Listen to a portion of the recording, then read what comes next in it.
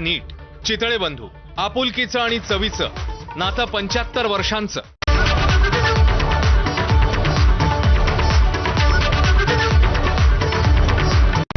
Headlines brought to you by Chitale बंधू.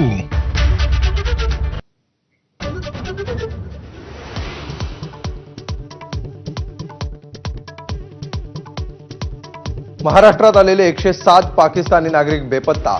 राज्य सरकारच्या शोध मोहिमेत समोर आली धक्कादायक माहिती. राज्यामध्ये 5023 पाकिस्तानी नागरिक, पण फक्त 51 लोकांकडेच वैध व्हिसा आणि कागदपत्र.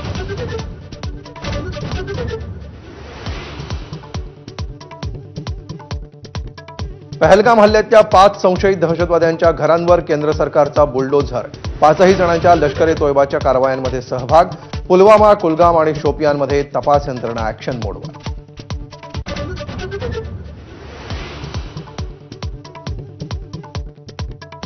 सिंधू नदीचं पाणी रोखण्याच्या भारताच्या निर्णयानंतर पाकिस्तानची दरपोक्ती. टोकाचं पाऊल उचलण्याचा पाकचे पंतप्रधान शहबाज शरीफांचा इशारा, तर रक्ताचे पाट वाहतील बिलावल भुत्तोंची धमकी.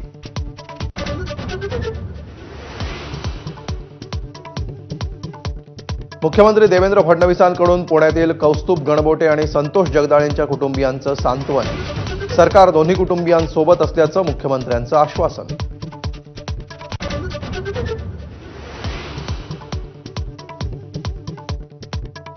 वेळ आली आहे एकत्र येण्याची. मुंबई आणि महाराष्ट्रासाठी शिवसैनिक तयार आहेत. उद्धव ठाकरेंच्या शिवसेनेचं ट्विट. राज उद्धव यांच्या साध प्रतिसादानंतर एकत्र येण्याची चर्चा जिवंत ठेवण्याचा प्रयत्न.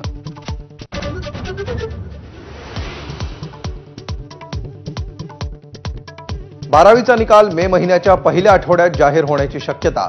10वीचा निकाल मेच्या दुसऱ्या आठवड्यात जाहीर करण्याचा बोर्डाचा प्रयत्न. पुरवणी परीक्षेची तारीखही लवकरच जाहीर करणार.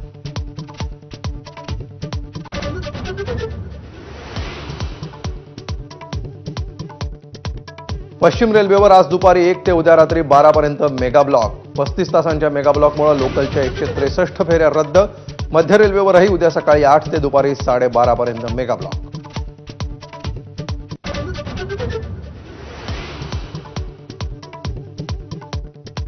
मुंबईतील एल्फिस्टन पूल 2 दिवस सुरू राहणार. नागरिकांच्या तीव्र विरोधानंतर MMRDA कडून बैठकीचं आयोजन.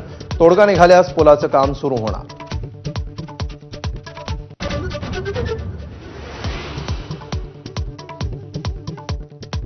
भिवंडीच्या रहाणाल गावामध्ये फर्निचर गोदामाला आग. 7 ते 8 गोदामं जळून खाक. 20 तासांनंतरही आग आटोक्यात आणण्याचे प्रयत्न सुरूच. अग्निशमन दलाचा एक जवान जखमी.